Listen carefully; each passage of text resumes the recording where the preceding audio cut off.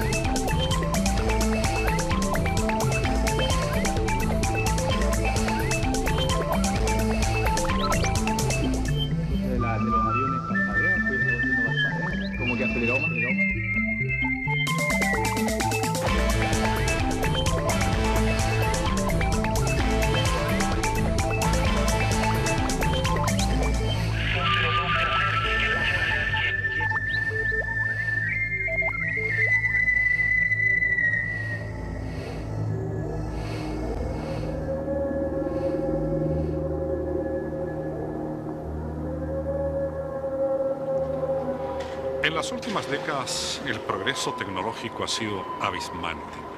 Incluso a partir de la bomba atómica, la humanidad ha desarrollado el poder de autodestruirse. Y por eso, quizá con un poquito de soberbia, nos resulta muy difícil imaginar, con los conocimientos adquiridos y su posible aplicación práctica a futuro, el toparnos con fenómenos que resultaran abiertamente desconcertantes.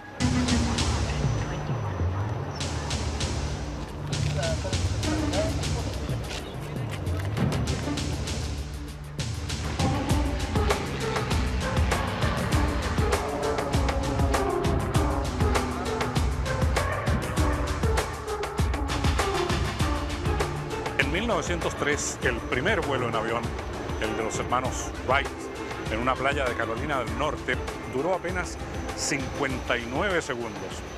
Hoy día cualquiera de estas naves puede permanecer horas en el aire, incluso reaprovisionarse de combustible, con una capacidad de maniobra, de velocidad, en esa época inimaginable. Sin embargo, en la segunda mitad de este siglo, pilotos de guerra de todo el mundo, incluso de nuestra Fuerza Aérea, aquí en Chile, han encontrado naves a gran altura que realizan maniobras imposibles y a velocidades increíbles.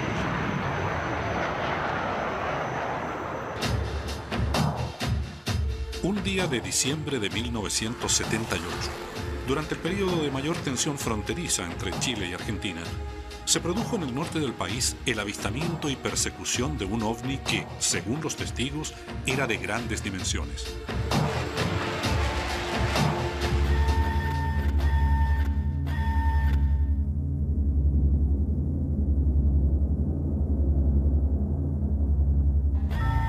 El incidente involucró a 3 aviones de combate de la Fuerza Aérea de Chile y tras casi un año de búsqueda, encontramos a los protagonistas de aquella jornada.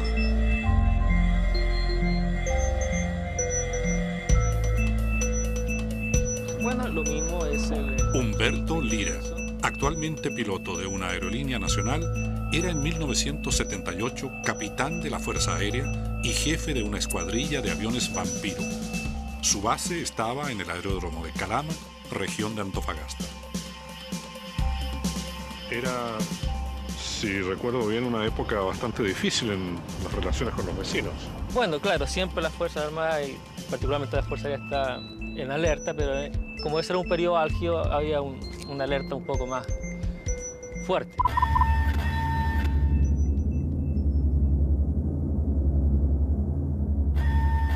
¿Dónde se encontraba usted?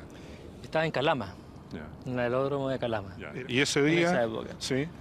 Y ese día, cuando ocurrió este hecho, era alrededor de las 3 de la tarde. Cuando un suboficial vino a avisar de que por las comunicaciones internas con Carabineros, avisaban que venía un objeto que estaba a una cierta altura, que no estaba identificado, y que tenía una velocidad de desplazamiento que, de acuerdo a lo que ellos calculaban, podía estar sobre la base de Calama en 1 hora aproximadamente.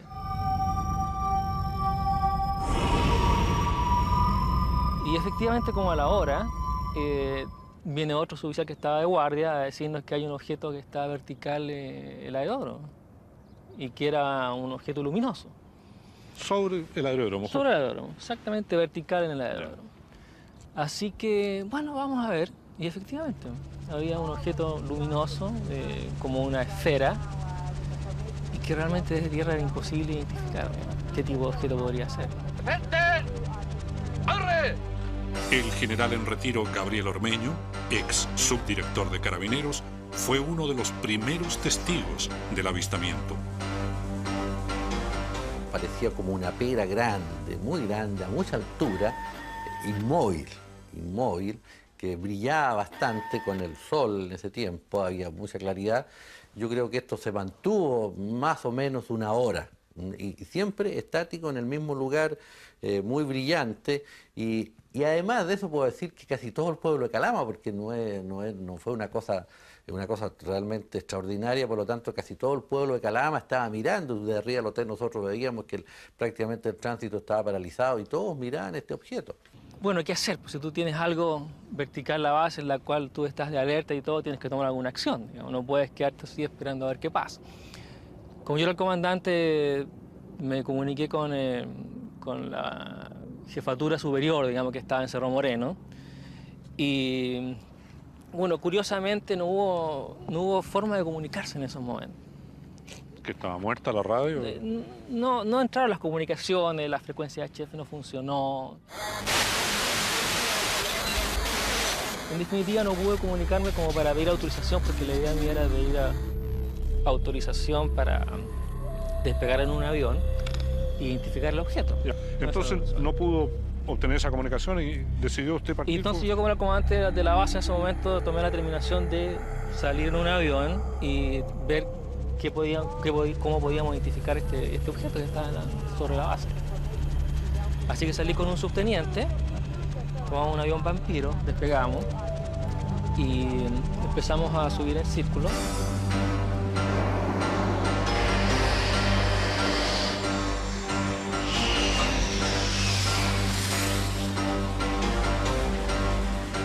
Para corroborar esta historia, viajamos hasta la 9ª región a conversar con uno de sus protagonistas.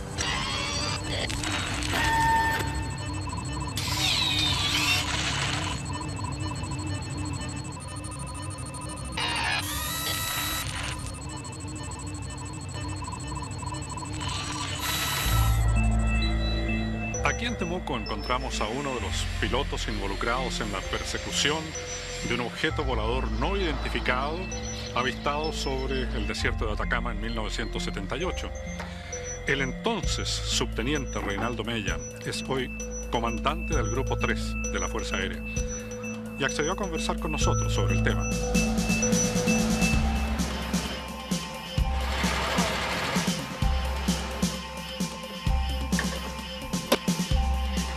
¿Usted iba de copiloto, no? De copiloto, afirmativo. Y bueno, el que iba de comandante de la aeronave, él llevaba los mandos y yo tenía más tiempo para mirar y ver otras cosas. Porque a medida que montábamos, era muy poca la diferencia de tamaño que nosotros íbamos viendo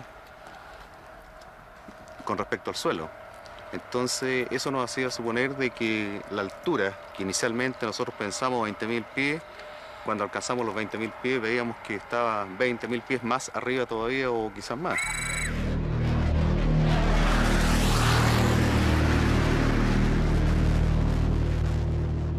O sea, porque no se agrandaba el objeto, o sea, era imperceptible el que se estuvieran acercando. Exactamente, entonces por lo tanto era bastante más arriba de la altura que nosotros creíamos. Ya. Y eso era lo más impresionante también. Llegamos a los 25.000 pies y bueno, sí, esta cuestión seguía más arriba. Subimos a 30, igual. Lo único que mientras más subíamos, se definía más la forma. De manera que se estaban aproximando, porque ya bueno, lo veían más nítidamente. Sí.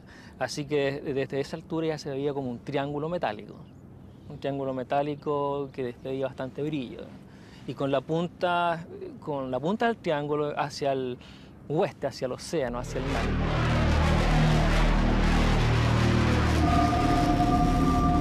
¿Y entonces? Bueno, estábamos ahí en este asunto tratando de analizar qué podría ser y de repente en esto que mirábamos este aparato con la punta, tratábamos de identificar, no veíamos nada excepto cosas metálicas y brillo, pero nada que uno pudiera identificar, tiene algo, nada de eso. Estábamos en esto cuando, yo no sé si fue una impresión mía y le pregunté a ella, que era el oficial con que iba conmigo, le dije, oye, me da la impresión de que este asunto como que está virando hacia nosotros, le dije. Entonces me dijo, sí, me dijo, parece que sí.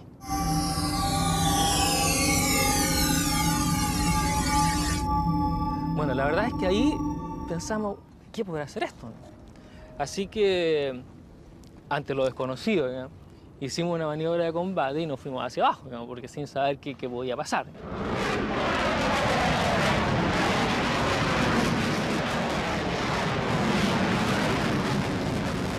Y bajamos como 10.000 pies.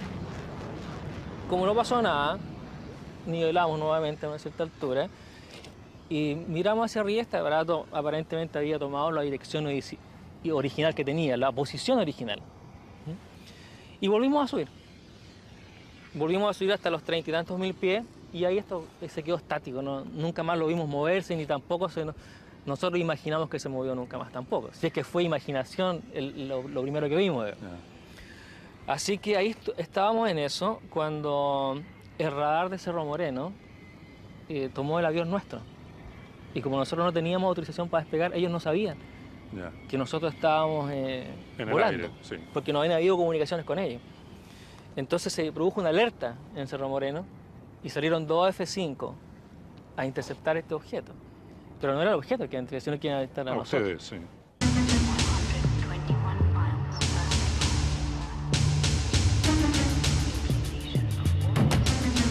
Uno de los pilotos de los F-5, el coronel Javier Prat, despegó originalmente para interceptar al avión Vampiro que volaba sin permiso. Pero a medida que su F-5 se acercaba al Vampiro y lo identificaba como perteneciente a la FACH, notó que más arriba, a gran altura, había algo desconocido. Nos llamó profundamente la atención una esfera brillante que estaba precisamente sobre Calama. A partir de ese momento, y de acuerdo al ejercicio, nosotros informamos a Radar que íbamos a hacer un reconocimiento para ver de qué se trataba, pero en la medida que fuimos ascendiendo, nos fuimos dando cuenta de que esto ya no era una esfera, sino que en la realidad era un triángulo de color metálico. Nuestro avión tenía un techo de 50.000 pies. Nosotros excedimos ese límite, llegamos a 54.000 pies, pero esto estaba definitivamente muchísimo más arriba. Para sorpresa de los pilotos, el objeto seguía allá, más arriba. El avión Vampiro llegó hasta los 30.000 pies de altura. El F-5 de Javier Prat, con gran esfuerzo, forzó su límite hasta los 54.000 pies y no pudo alcanzarlo. Según sus cálculos, el objeto estaba a unos 70.000 pies de altura, o incluso más. Y yo le podría decir que era más grande que la luna, una luna llena, y de ese tono, de ese color, pero absolutamente distinto. Y yo diría que las dimensiones de este triángulo eran impresionantemente grandes.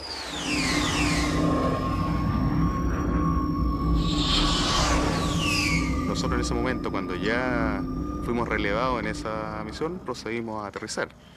Situación de que aterrizamos y todavía el objeto se mantenía ahí, en la misma posición. Hasta que ya atardeciendo, cambió de tonalidad de color, tal vez por el reflejo del sol, por la posición del sol, y luego tuvo un desplazamiento uniformemente acelerado hacia el oeste.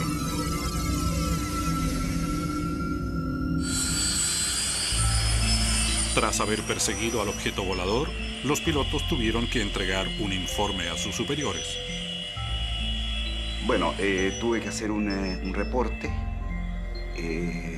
donde expliqué exactamente lo que acabo de contar en este momento. Yo creo que es de todas maneras interesante que se sepa que yo estaba acompañado por otro avión, otro piloto que andaba conmigo en otro avión. Éramos una pareja de aviones. Y vio exactamente lo mismo que vi yo. ¿Qué cree usted que vio? Puede haber sido un artefacto construido por alguien dentro del mismo planeta Tierra que reúne ciertas características especiales las cuales nosotros no conocemos. En aquella época, solo un avión espía estadounidense, el SR-71, podría alcanzar esa altura que equivale a más de 20.000 metros. Si me preguntas si hay aviones que vuelan a esa altura, sí. Sí, sí hay. El avión, el SR-71, por ejemplo, pero no tiene esa forma. Ya. Además que se desplaza en el aire, no está quieto. Pero la Fuerza Aérea no tuvo, digamos, una interpretación propia respecto a esto, es un globo aerostático o algo, ¿no? Es que no, Ya. porque no era un globo aerostático. ¿Y usted qué cree que era? Yo realmente hasta el día de hoy no sé lo que era. Lo que sí me queda claro es que el aparato o lo que fuera, era de dimensiones que no se pueden calcular, porque un radar ve hasta 60, 70.000 pies de altura, y para que un objeto de ese tamaño se viera 1000 veces más grande que un avión, tiene que haber sido de cientos de metros, de quizás kilómetros de tamaño. 20 años después de este incidente, ufólogos chilenos y extranjeros dieron a conocer estas fotografías, que ellos atribuyen al satélite meteorológico GOES 8. En una de ellas se apreciaría una enorme estructura orbitando sobre el desierto de Atacama, parecida, por su tamaño, al objeto perseguido por los aviones de la FACH en 1978.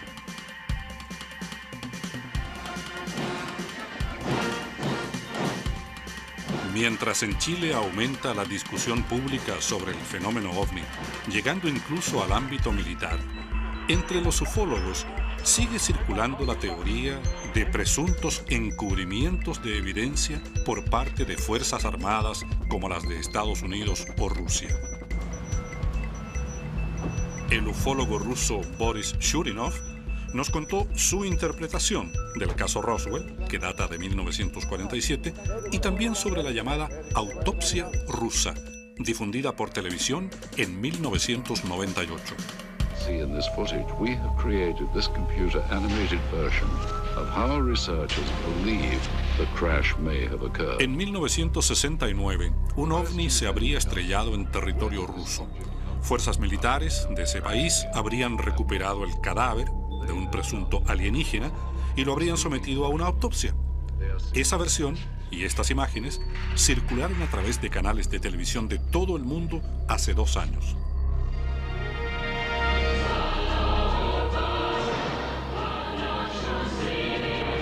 En 1998, un documental de la cadena estadounidense TNT, conducido por el actor Roger Moore, que alguna vez personificó a James Bond en el cine, presentó imágenes supuestamente documentales sobre este caso. El reportaje se llamaba Los archivos secretos UFO de la KGB. Si se sabe cuánto tiempo tomó el barrido en crearse la imagen. Este es Boris Shurinov, presidente de la Unión Ufológica con sede en Moscú.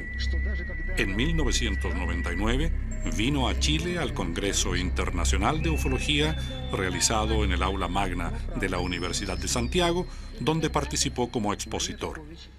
Cuando le mostramos la llamada autopsia rusa, Shurinov nos contó la historia secreta de lo que él considera un fraude televisivo y militar.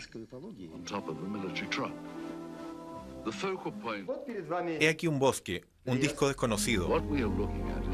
Vienen soldados, y el animador dice que en Ural se estrelló un disco volador. Y los agentes del KGB lo recogieron, lo llevaron a Moscú, y en Moscú hicieron una autopsia a un cuerpo extraterrestre. Y dicen que esta catástrofe sucedió en el año 1968 y lo encontraron en el año 1969, en el mes de marzo. Para la Unión Ufológica estaba claro que se trataba de un fraude. ¿Por qué? Ellos dicen que esta catástrofe fue descubierta en marzo de 1969. Este uniforme salió solamente en el año 1971. El uniforme verdadero del año 1969 no tiene botones aquí. Cualquier niño en Rusia sabe que el soldado tiene cinturón de soldado y el oficial tiene el cinturón de oficial.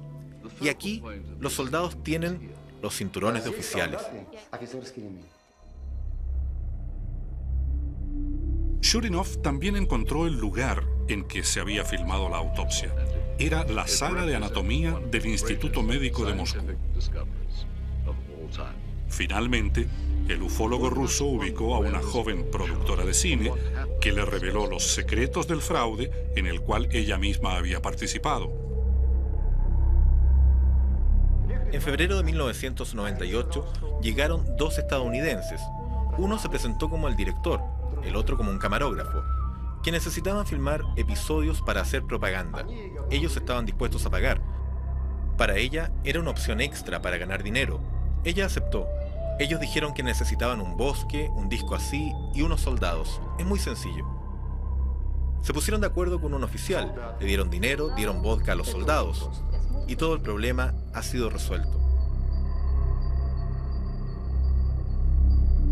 Shurinov descubrió que el resto de la película fue filmado en una aldea cercana a Moscú, donde existen varios recintos militares, con soldados, caballos, tanques y todo lo que los productores necesitaban.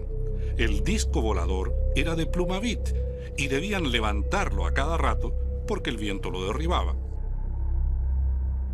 Esta mujer llamada Olga dijo, ¿qué me importa? Me están pagando y está bien. Cuando vio la película, ella se asustó, porque en la película decían a cada rato KGB, KGB, KGB. Ahora, ¿qué historia? Hay que vender la mercancía, tomates, zanahorias, papas, ovnis. Y para vender, es muy bueno que se mencione al KGB o la CIA. Es lo mismo. Esa es toda la historia.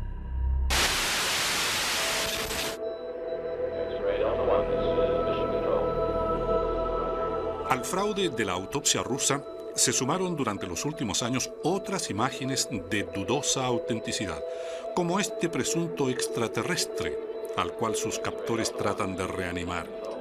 Algunos ufólogos latinoamericanos lo presentaron como prueba de encubrimiento de secretos militares en el Área 51 de Estados Unidos. Otros descubrieron que se trataba de un muñeco utilizado en la serie televisiva de ciencia ficción Dark Skies.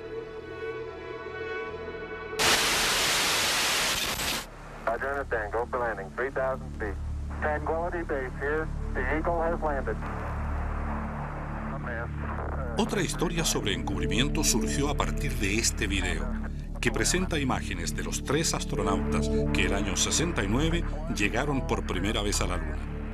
El compacto ha sido difundido por algunos ufólogos con un relato que, mediante una acumulación de frases montadas y resumidas fuera de contexto, pretende insinuar que ellos habrían encontrado algo, como ruinas o señales de alguna forma de vida inteligente en la Luna.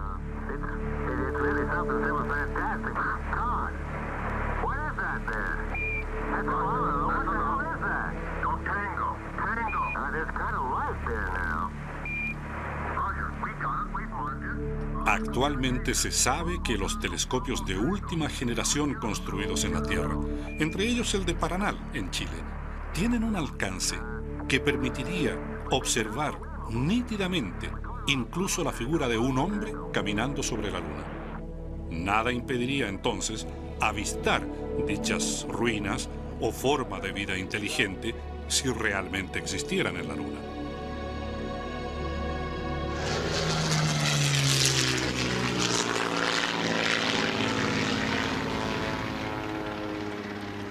El incidente Roswell, desde que se produjo en 1947 en el desierto de Nuevo México, en los Estados Unidos, se ha prestado a toda clase de especulaciones y fantasías. porque si usted recuerda, la Fuerza Aérea de los Estados Unidos dijo haber encontrado allí restos de una nave espacial. Y al día siguiente desmintió su propio comunicado.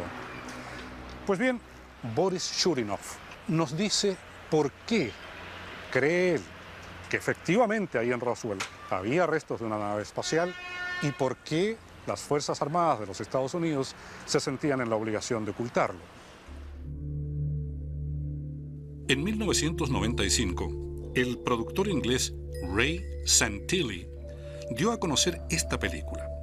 Según él, el filme data de 1947 y corresponde a la autopsia efectuada a un ser extraterrestre, presunto tripulante de un ovni que se habría estrellado en julio de ese año cerca de la base militar de Roswell en Nuevo México, Estados Unidos.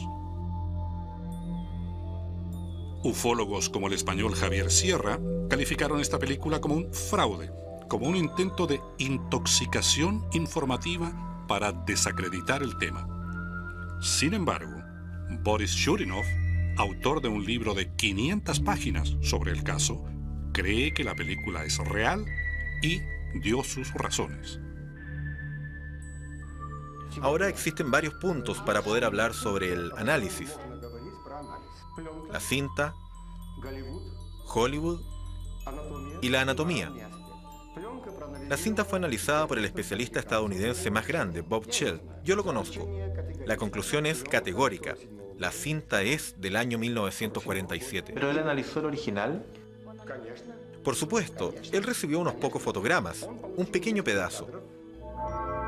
El otro aspecto, que Shurinov llama el factor Hollywood, se refiere al mundo de los efectos especiales.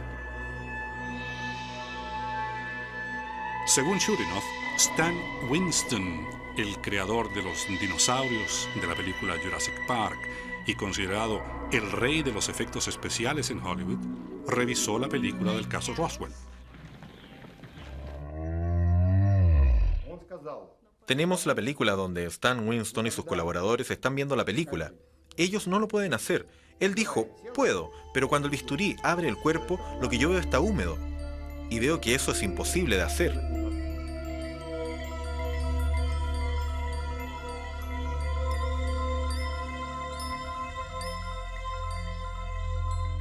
En cuanto a la anatomía, especialistas rusos que vieron el material lo encontraron creíble. El propio Shurinov asistió a más de 100 autopsias para comparar los procesos. Para los especialistas en anatomía en Rusia, la autopsia es verdadera. Y dijeron, sí, la película es verdadera, pero no sabemos quién es esta persona. Si hubo una catástrofe y el gobierno de Estados Unidos no dijo nada en el año 1947, hoy tienen que reconocer que engañaron al pueblo norteamericano. Y ustedes imaginarán cuántos secretos hay ahí, que son muy interesantes para los militares.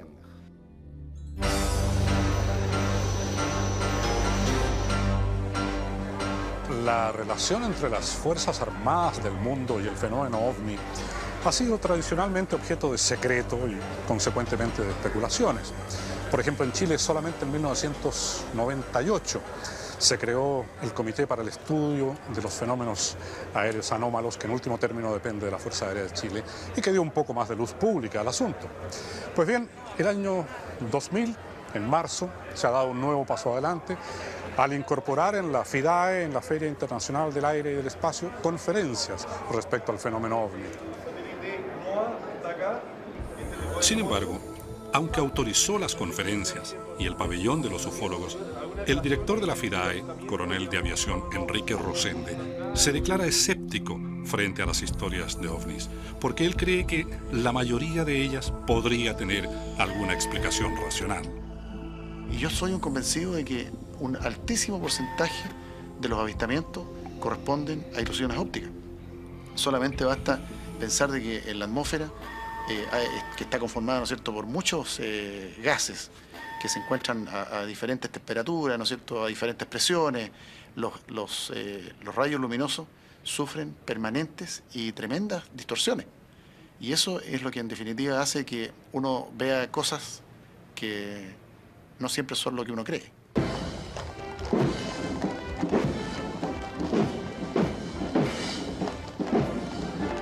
La teoría de la ilusión óptica invocada por el coronel Rosende no explicaría todos los avistamientos, especialmente cuando quedan documentos fotográficos, como es el caso de la extraña experiencia vivida por el expresidente Eduardo Frei. Y ahí se comienza a ver la... Ahí está, ¿no? ¿Cómo recuerda usted el incidente? Bueno, esto fue en una visita a los trabajos de verano. Era un grupo de universitarios de la Universidad de Santiago, básicamente, que estaban en la zona de comuna de Puerto Varas, hacia el interior, un lugar que se llama Río Sur. Y fuimos ahí a visitarlo y entre las cosas que estaban haciendo una cancha de deportes para la escuela. Entonces me junté ahí con ellos y me pasaron una pelota y empezamos a jugar un poco. La está dominando usted, de hecho, en la foto. Y ahí entonces tomaron varias fotos. Fue el fotógrafo de la presidencia, los mismos alumnos, tomaron fotos. Y bueno, en ese momento no nos dimos cuenta de nada. Y posteriormente, unos días después, apareció en la prensa que estaban estudiando a fondo estas fotos porque había estos objetos que no se identificaban. Se consultó con los fotógrafos de la moneda para analizar si había algún tipo de detalle o de efecto en la película o en la cámara, en fin. Se quedó demostrado que no era eso, estaba totalmente normal. Bueno, y entiendo que hasta el día de hoy siguen estudiando si realmente hubo algún objeto no identificado. Y ese objeto aparece en varias de las fotografías tomadas, no solo con una cámara. Exactamente, en distintas fotos y en distintos momentos.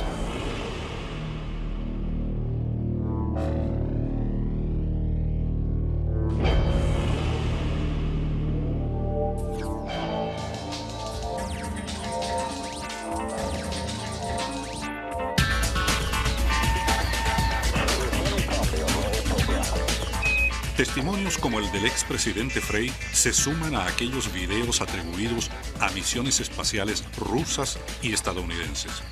Analizaremos esas imágenes con el cosmonauta ruso Alexander Baladin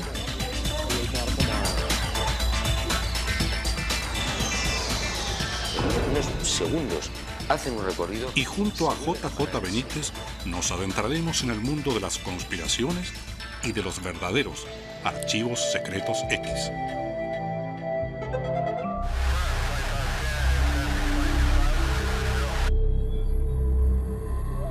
El ingeniero Alexander Baladin es un destacado cosmonauta ruso. Tiene 46 años y en 1990 participó en una misión de 180 días a bordo de la Estación Espacial Mir.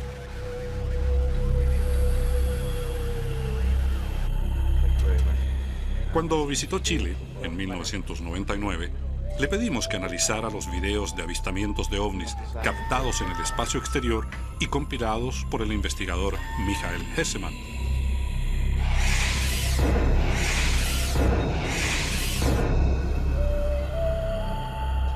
Según Baladin, hay una vía para salir de dudas. Si los controles de misiones espaciales en Houston y otros puntos del planeta entregaran a los ufólogos la información de sus archivos, se podría comparar esos datos con los videos atribuidos a los astronautas y así saber, nos dice, si hay una explicación lógica para los avistamientos.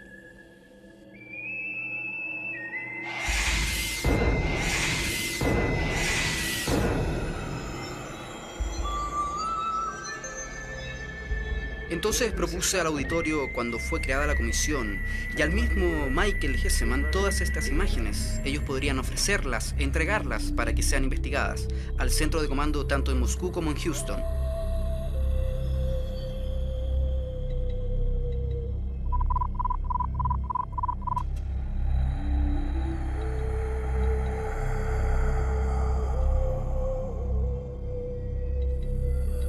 Respecto a la segunda imagen del transbordador, cuando aparece este globo que cambia la trayectoria, lo mismo puede entregar Houston sin ningún problema, la telemetría en cada segundo.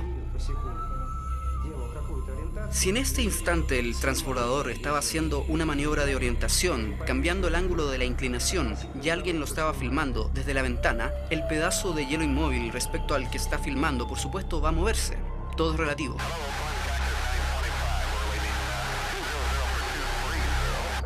Cuando yo estaba en el espacio he visto por la ventana mucho polvo, pedazos de termoaislantes. Yo nunca he visto ningún fenómeno no identificado, pero saben, a veces uno se siente dolido cuando se te acercan y preguntan si has visto algo de este tipo.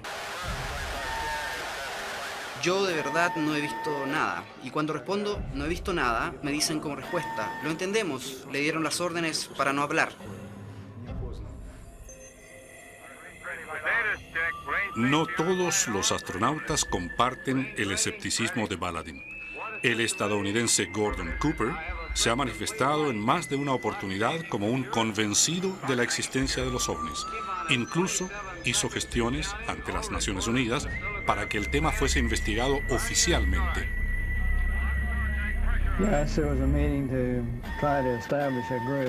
A través de la ONU se trató de crear un grupo que pudiese coordinar el esfuerzo de toda la gente que está esparcida alrededor del mundo y que tuviese información sobre el fenómeno ovni. Kurt Waldheim conocía bien los diversos informes sobre los ovnis en todo el mundo y por cierto tenía interés en el tema. Tuvimos una conversación muy interesante sobre lo que se podía hacer para investigar.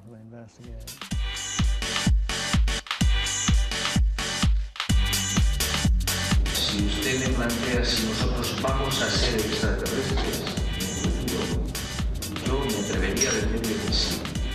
JJ Benítez es periodista y ufólogo, probablemente el más famoso en el mundo de habla hispana. Entre sus libros, que han vendido millones de copias, destacan los 6 de la serie Caballo de Troya y también Materia Reservada, que escribió después de tener acceso a documentos desclasificados de la Fuerza Aérea Española. El proceso de desclasificación, efectivamente, del archivo OVNI de la Fuerza Aérea Española ha sido decepcionante. Los investigadores tuvimos, y mucha gente que sigue el tema, tuvimos una especial esperanza cuando en el 92 se abrió ese archivo. Cuando empezamos a ver lo que estaban sacando desde el año 62, documentos secretos, más de 1.800 documentos, fue decepcionante, como digo, fue una tomadura de pelo. Yo jamás he visto mayor despropósito. Los documentos estaban mutilados, faltaban papeles, nunca se dio una sola imagen fotográfica ni una sola película, sabiendo que las tienen. Se ocultaron, para mí esto es lo más grave, por lo menos más de un centenar de casos. En definitiva, yo no sé si hemos sido conejillos de Indias, otra vez, de los americanos, o que los militares españoles son muy torpes, cosa que no creo. Pero la verdad es que el proceso ha sido vergonzoso. Yo recuerdo 3 o 4 casos muy interesantes donde los pilotos de combate españoles han perseguido estos objetos y en las conclusiones que sacan en esa información el servicio de inteligencia dicen, bueno, no, que estos señores vieron el planeta Venus. Y dices, oiga, ¿cómo es posible que usted desprestigie así a su propio compañero? Para JJ Benítez, las Fuerzas Armadas de los Estados Unidos tendrían detallados conocimientos sobre los ovnis, al menos desde hace 50 años, pero se negarían a reconocerlo. Entonces los norteamericanos, especialmente los norteamericanos, son yo diría que los máximos responsables de la gran tragedia que supone el no decirle la verdad al mundo.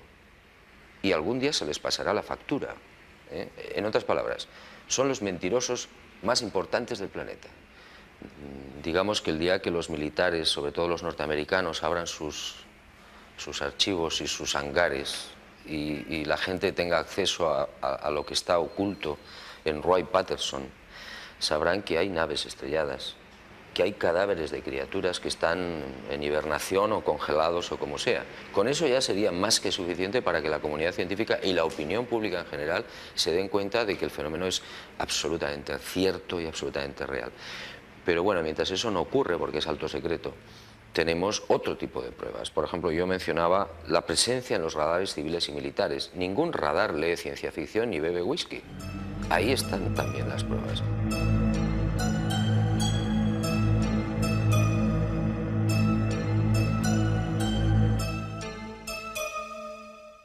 Pero cuando uno reúne la información y ve, caramba, cómo dejan las huellas en los lugares, que son huellas que cuando se hacen los estudios científicos necesitan 25 toneladas por punto de apoyo. Cuando se les ve cómo se les captan los radares civiles o militares, objetos de 19 kilómetros de longitud, con velocidades de 70.000 kilómetros por hora dentro de la atmósfera, quietos en un momento haciendo estacionario y de repente en unos segundos hacen un recorrido, se vuelven a parar en seco y han desarrollado una velocidad de 70.000 kilómetros por hora. Esto es inviable para nadie. Cuando se les ve a los tripulantes, etcétera, etcétera, pues la conclusión es muy sencilla. En Estados Unidos, país donde series de televisión como Los Archivos Secretos X suelen hablar de encubrimientos y conspiraciones, se ha desarrollado durante los últimos años una fuerte presión hacia el gobierno para que desclasifique documentos reservados.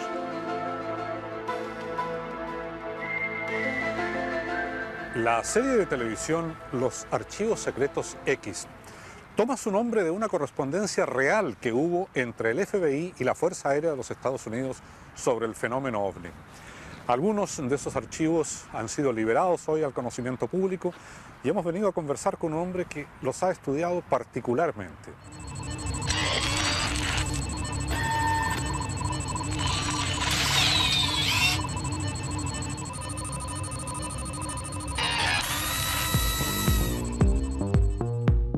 Viajamos hasta Willisville, en Maryland.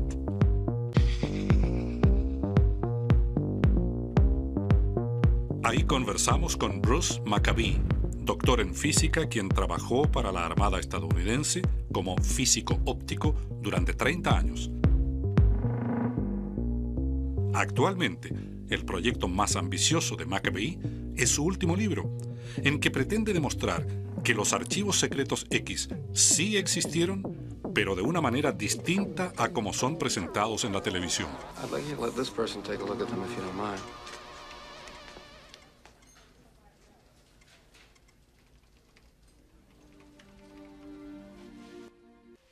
Esta es una página real.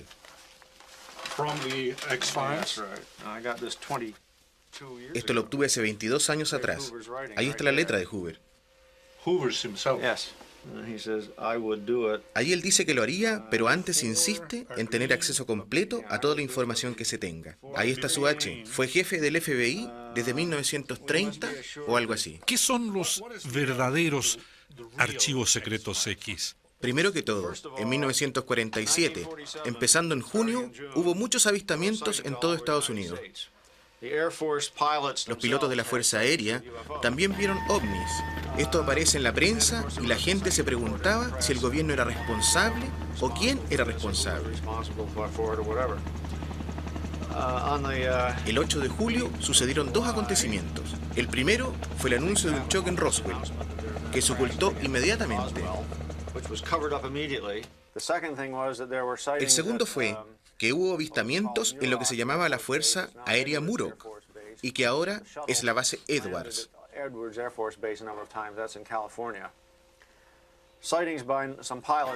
La nave aterrizó en esta base en California y algunos pilotos la vieron.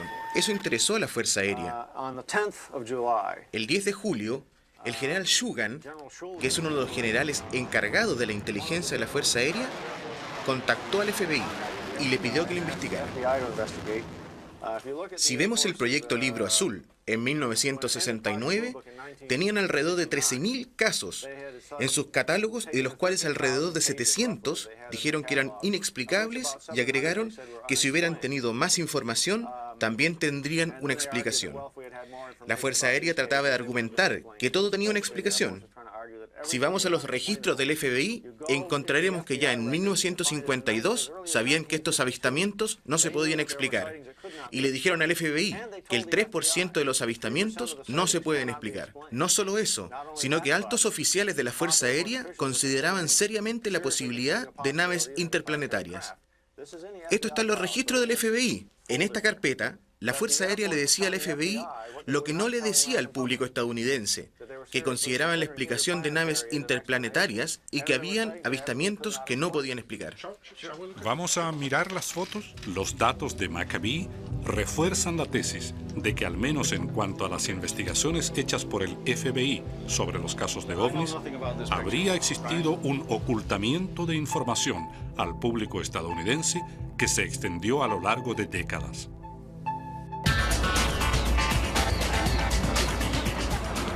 A pesar del hermetismo con que los militares manejan habitualmente sus asuntos, varios de nuestros entrevistados creen que durante los últimos años algunas puertas han comenzado a abrirse en relación con el conocimiento y la investigación del fenómeno ovni. Alabamos mucho la creación en Chile del Comité de Estudio de los Fenómenos Aéreos Anómalos. El enfoque científico consiste en que ellos deben estudiar toda la información que reciben por parte de los pilotos.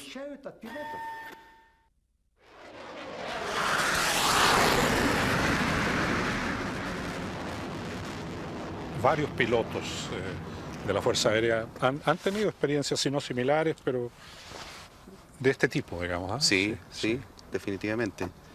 Y no tan solo pilotos de la Fuerza Aérea, sino que de pilotos de líneas comerciales han visto incluso con algunas formas ya bastante más definidas de la que le puedo contar yo y de la que me tocó vivir a mí.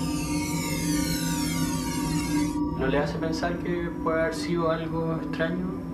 ¿Algo como un ovni? No tiene las mismas características que yo conozco del comportamiento de los ovnis, pero podría haber sido, ¿por qué no?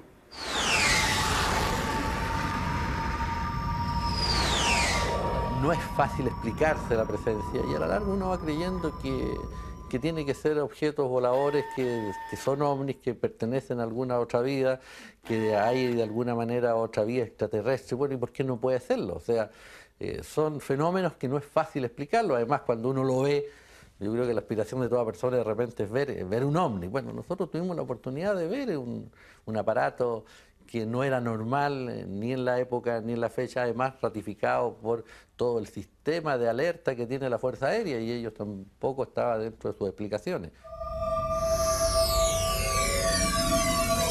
Bueno, yo creo que se ha avanzado muchísimo.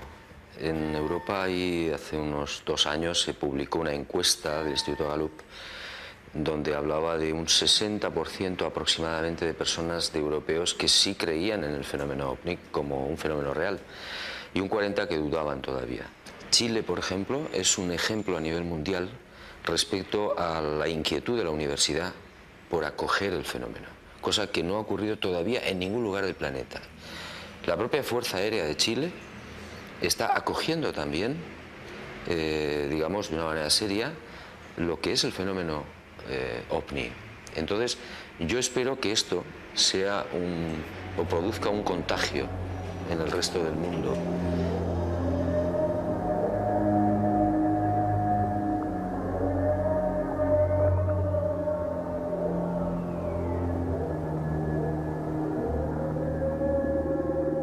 A pesar de todo el enorme progreso científico, nuestra actitud frente al universo sigue siendo de meros observadores expectantes.